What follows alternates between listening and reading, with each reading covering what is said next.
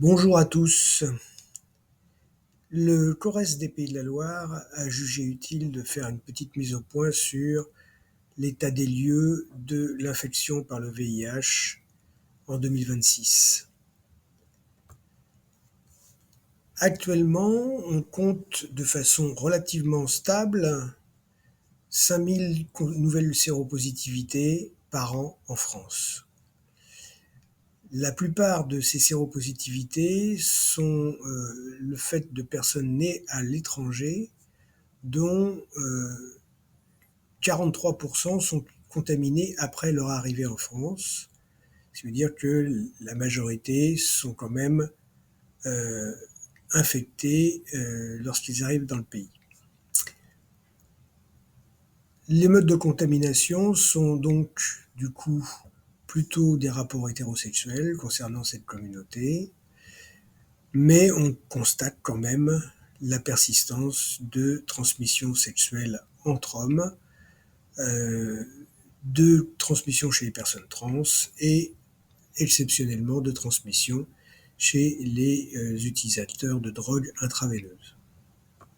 Un des problèmes majeurs de cette épidémie en France actuellement, c'est le fait que 43% des infections découvertes le sont à un stade tardif, dont 27% à un stade très avancé.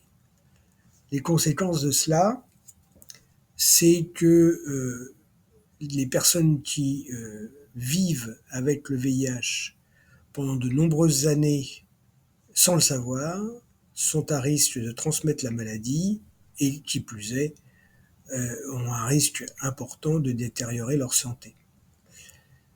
Une fois le diagnostic posé, la cascade de soins donne d'excellents résultats en France, puisque 94% des patients infectés sont diagnostiqués, que 96% de ces patients sont sous traitement antirétroviral et que 97% d'entre eux ont une charge virale indétectable et donc ne transmettent plus la maladie, d'une part, et d'autre part, ont une santé préservée avec une espérance de vie tout à fait normale.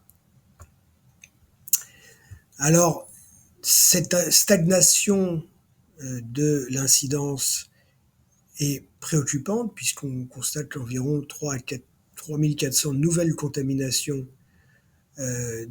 sur place en France, avec environ 10 000 personnes vivant avec le VIH qui ne sont pas diagnostiquées en France en 2024, ce qui représente un peu plus de 150 personnes dans les Pays de la Loire. Du coup, vous comprenez, le dépistage et la prévention sont les deux piliers de la lutte contre cette maladie. Le dépistage est important pour pouvoir mettre en route le traitement chez les personnes qui en ont besoin et le plus tôt possible, d'où l'implication des laboratoires dans le dépistage des infections sexuellement transmissibles sans ordonnance. Et la prévention reste un domaine très important avec ce qu'on appelle la PrEP, c'est-à-dire la prophylaxie pré-exposition, qui permet d'éviter des contaminations chez les personnes qui sont très à risque d'infection par le VIH. Les nouveaux diagnostics dans les Pays de la Loire, comme vous pouvez le constater, un peu plus d'une centaine, avec une répartition par âge plutôt jeune, à partir de 15 ans jusqu'à une cinquantaine d'années, mais avec également des contaminations récentes à des âges plus âgés. Et donc, il y a lieu de poursuivre l'effort de dépistage sur l'ensemble de cette population, en orientant peut-être sur les personnes originaires du Sub-Sahara et les hommes ayant des rapports avec des hommes. Une fois que l'on a diagnostiqué cette infection, il faut être en capacité de l'annoncer aux patients. Et l'annonce de la séropositivité répond à un certain nombre de règles, de recommandations que nous reprenons ici. D'une part, vérifier la disponibilité psychique du patient, savoir si il est en état de recevoir l'information, de la comprendre, de l'assimiler et de la traiter sans risque pour sa vie. Il faut en revanche annoncer le diagnostic clairement, sans jargon et en laissant le temps pour intégrer l'information. L'annonce d'une séropositivité prend du temps et donc il faut s'organiser avant pour pouvoir le faire dans de bonnes conditions. Notamment, il faut un espace de confidentialité et avoir anticipé cette annonce en prenant un rendez-vous avec le centre hospitalier spécialiste dans le VIH le plus proche pour pouvoir adresser le patient le plus tôt possible. Les réactions les plus fréquentes sont la sidération, l'anxiété, la culpabilité, la sensation d'isolement ou le risque d'isolement et le risque suicidaire, mais qui est quand même relativement faible dans la mesure où les patients sont venus faire un test et donc pour savoir s'ils avaient un risque d'être positifs. Donc ils sont un peu préparés quand même à cette annonce. Donc l'annonce est un moment essentiel de la maladie, dans la mesure où une annonce mal faite ou mal intégrée peut donner lieu à une mauvaise observance du traitement et donc à un risque de poursuivre la transmission ou d'acquérir des résistances du virus.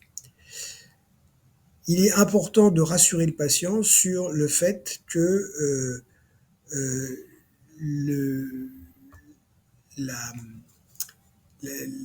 l'infection n'aura pas d'incidence sur sa vie quotidienne, puisque lorsque le traitement est efficace, il n'y a plus de transmission sexuelle.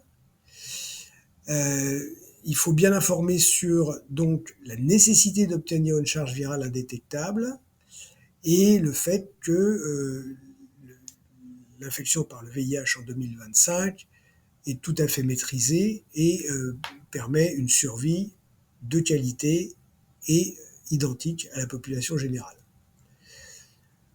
Donc vous aurez pris soin de prévoir un parcours de soins grâce à la plaquette qui est sur le site du CORES et qui vous permet de repérer rapidement le numéro de téléphone du service qu'il faut appeler pour s'assurer de la disponibilité d'une consultation spécialisée qui fera le bilan initial et mettra en route très rapidement un traitement pour votre patient.